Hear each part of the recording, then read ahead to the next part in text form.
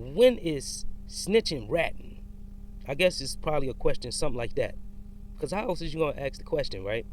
The reason why you got so many different perspectives on it is because it really ain't no set standard, and people be having double standards because they try to make what they do look good or look right, and what makes somebody else look bad. So when the hell is snitching ratting, and when is it okay, and what the fuck, what actually is it? You know, Sun Tzu had a book that's called The Art of War, and in The Art of War they had what was called 5 virtues of leadership, and one of the virtues of leadership is trustworthiness.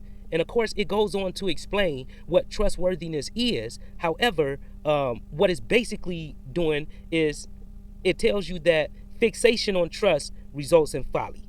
In other words, when it's fixated on the trust, which when you're talking about snitching and ratting, that's all you're really talking about is trust. No, this ain't gonna work. If we talking about trust, I trusted this to work. Anyway, so ain't nothing but a Delta choice. Anyway, so it's based off of trust, right? And so you got right now the biggest thing, you got this Trenches News dude who's supposed to be a paid FBI informant. Is he a snitch? He's a snitch. He's ratting, but that's according to my standards, right? To him, he may say, "Well, shit, I ain't no snitch. I'm a hustler," which that doesn't justify the actions, because if you sell drugs and you a hustler, and somebody say that you sell drugs or call you a drug dealer, it doesn't make it not true because you are a hustler. You know, we could be more than one thing at a time. You know, so let me get straight to the point, man. This YouTube is something that's, you know, I enjoy it. You know, I enjoy speaking. I enjoy putting out content. I enjoy making content because I'm an artist. At heart, I am an artist, you know. And so, yeah, I enjoy YouTube. And this is actually my first YouTube channel, but I had a second channel, and then I came back and I did this. Here's what I could tell you about YouTube, and I'm sure it applies across the spectrum. It can become addictive, right? When a person like me, you know, with not a whole lot of followers right now, which I enjoy, I can communicate with everybody or anybody that want to comment or want to get back or whatever, you know. But if I was to lose the channel, it wouldn't really, you know, I put in a whole lot of hard work on it, but it wouldn't be devastating to me. You know, it wouldn't change my life, you know. However, some people, once they get up there and they actually become monetized, they start making money of it, then they become dependent on it like anyone would become dependent on any other primary source of revenue, right? And then that's when you become vulnerable. The easiest thing to do and the easiest thing to be is yourself. And guess what? You will be better at being yourself than anybody else can be at being you, because the obvious, you are you, you know. I don't know how many people gonna watch this. In time, depending on what happened, whether I become famous or infamous, a whole lot of people will go back and hit the redial, and if I haven't deleted it off the channel, then okay, welcome to the past. Being a YouTuber, you know, you have to just be aware of your surroundings. So right now you have these famous YouTubers that's Trenches News. I'm not gonna sugarcoat it. You know, you got Trenches News that's a witness in a major murder case, who has also been a paid informant allegedly for the past several years. You have Butter. You know, some people now calling them FBI Butter. Some calling them some telling them don't say FBG Butter or whatever. I don't know what the hell none of that stuff mean other than what they put on YouTube. And here is the problem: they put every goddamn thing on YouTube, and then as soon as the authorities catch it, the first thing they say is somebody telling. Duh, you know. But anyway, if you can, my rule of thumb on anything is, if you can look at yourself in the mirror, at the end of the day, that's the only thing that matters. Because guess what? If you get caught up and you got to go to the joint, then it's only going to be you, unless somebody's standing behind you. Then that's another problem that you're going to see in the mirror. It's only you that have to experience fully your consequences. I'm not telling you what not to do. I'm not telling you what to do. I'm not telling you what I'm going to do. I'm just telling you what it is, right? So here we got Trenches News, and And here's the thing about a human being. In order for us, because our nature is naturally divine, so in order for us to do anything, we have to first justify it inside of our mind before our consciousness will allow us to do it. That don't mean that you don't have contradicting thoughts on a thing, but you have at least one thought that becomes the dominant and the prevalent thought that tells you, well, this is a reason why I am going to do it, or this is a reason why I am not going to do it. You always have a prevalent thought, even though you have a multitude of thoughts about the same situation. And if that ain't plain enough, you got a devil on one side and an angel on the other side, and both of them telling you about 10 different things to do. And guess what? They telling it to your brain because it is a part of your mind and your thinking. So at the end of the day is, what can you be comfortable with looking at yourself in the mirror on? You know, and outside judgment really doesn't matter. It may affect your safety, it may affect how you eat, but it's not going to affect who you are. So yeah, so you got the guy Butter, right? And these guys, I mean, hey, they making moves and they doing a whole lot of moves that's working better for them than my moves. And for me, my moves work for me, you know. And some of them do things or obtain goals that, yeah, I would probably aim to get. I want more money. Yeah, I'm not upset about that, right? I'm not shy about that.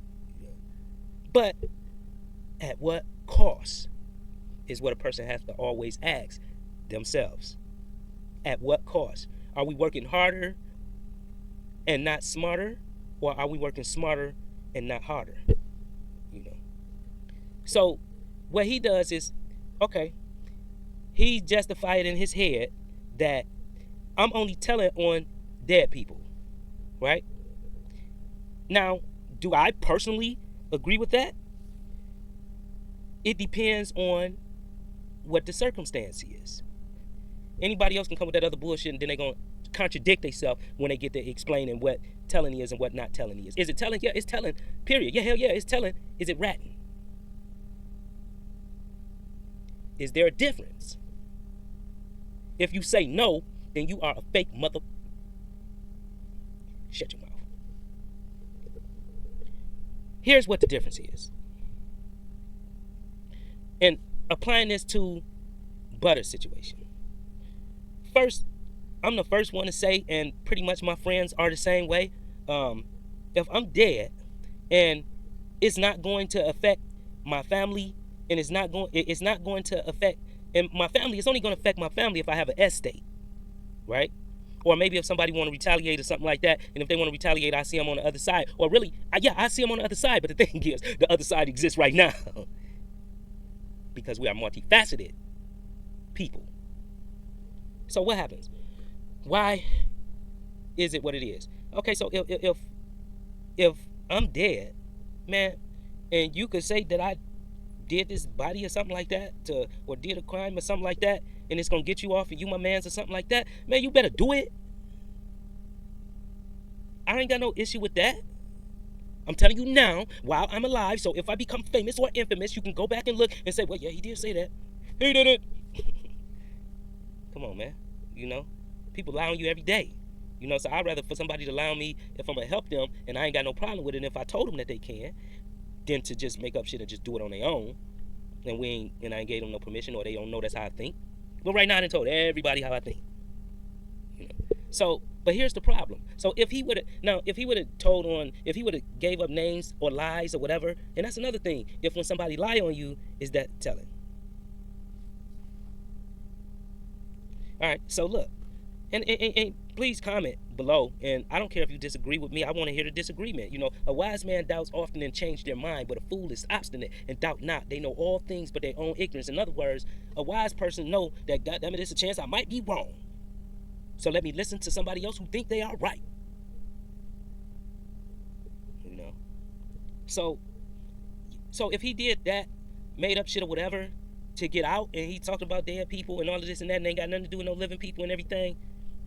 Personally, I don't have an issue with it. I don't feel as though that's, to me, that's not ratting. You know, it's telling, you know, but it's not ratting. But here's the problem in his situation. When you go and sit on a stand in somebody else's case, and you get to telling them that's a different fucking situation. What makes a difference is you are testifying at a RICO, and even though the people are dead that you said did what, you are proving the RICO. You are proving the organized and the violent crime and everything that the people are being accused of. So, now that motherfucker is snitching. That is ratting. To me. But you might be able to go to sleep with it. You might be able to look in the mirror at yourself. And at the end of the day, we on this earth for us. And anybody that deal with you and you end up telling on them on that, that's on them. Because you already showed what it is. So I think the most, and then you have other people, right? People, I enjoy their content and stuff like that, but their perception is fucked up. To me. But my perception is fucked up for real to a whole lot of people. For real, for real. So don't get it twisted. I ain't saying that I am the answer. I'm saying I'm closer to the problem than I am to the answer. Seriously. Seriously. So, you got this other one, right? Now, just because a person been to the penitentiary don't mean that they got the understanding. I did 24 years there. Trust me, I know. Right? But here's the thing. So, you have some people that's so extreme with it, and this is where fixation on trust results in folly, because when you locked up, here's what the one common factor that everybody have that's in prison is that everybody else that work there have instructions to kill them under certain circumstances. For instance, if you're trying to escape or something like that. So if all of you, that's the most ultimate thing that can happen to a human being, is their life being taken. That's the ultimate foe, is the one who can take your life. Even more so than the one who can mess up your life. The one who can take your life. That's the ultimate foe. And so the common factor that everyone has who are incarcerated is the staff members are up under directives. Certain ones, most of them, are up under directives to where they are obligated to take your life under certain circumstances, because that's the nature of their job. So how can anything that someone say about them be considered snitching? Especially if they are bringing it to you. And so this is the thing that and you would think that you are being better because, hey, I'm true to no snitching, so I'm going to take the side of the people that have an obligation to kill me and them. Because I have values. The greatest value that you can have is of your life. Well, maybe of a principle. Because people give their life for certain principles. So does that violate your principle? Is that what it is? Okay, let's explore the principle. Okay, you have the police, they have all of the guns, they are free, they are your masters. You are a prisoner, you are in there with other prisoners, y'all are in a cage with the subjugation and a slave up under the 13th Amendment. There should not be any circumstance where you would take the oppressor's side over someone in your own condition. That would make you a rat. When you do things to harm your community and all of that to your community, you are a rat. Not just because you tell. If you sell poison to them, you know, if you rob them, if whatever you are doing is violating them, to them you are a rat. You might not be a snitch. You might not be telling, but to them you are a rat. So, you know, hey, look, y'all got to do what y'all do, man. But don't get so caught up. Well, I can't tell you what not to do. Here's what I'm not going to do. It wouldn't matter how big the channel get or whatever. The thing that I would always try to remind myself is don't get so caught up on, God damn, I might lose this and I'm doing good because now I'm at 100,000, 500,000, a million subscribers. The checks is looking good. I'm in a different tax bracket. I live in a different neighborhood. So the values that I had yesterday are not the values that I have today because my friends are different, but you do not look different and your past is not different. You still are who you are before you got there. If I said I made that up, I would be lying. You know. So anyway, man, pay attention to your obligations. Make sure that you have, if you're trying to be a journalist, you're trying to go to people's trials, then present yourself in a professional journalistic manner. And in order to do that, you might have to take some classes to see what that professional journalism manner is. Because some of the stuff that I heard people say is when they was questioning, first of all, if you question, shut the fuck up. You have the right to your First Amendment and to your Fifth Amendment. And your Fourth. And all, well, it depends. Just about all of them, but some of them are a little bit sketchy if you got a felony. But you got a right to that. And the more you understand your rights, then the more freedom of movement that you will have if you know how to execute those rights. Shut the fuck up. Don't be scared to go to jail. If you go to jail for something that's unlawful, granted that it's not the full arm of the government that's trying to get you, then you got an opportunity to challenge it up under being wrongfully detained, illegally questioned. I don't know what the circumstances is. All I'm saying is know the law and know the professional conduct and the requirements that's there if you're going up under the guise of being a journalist. With that, man, I ain't never did a video like this. And, hey, if anybody listened to it, y'all surprised the hell out of me. Not really, but yeah, for real. Because that ain't how my channel been, but that's where it's going. Until next time, this has been Gangster Astrology and Rap Beef. Deuces.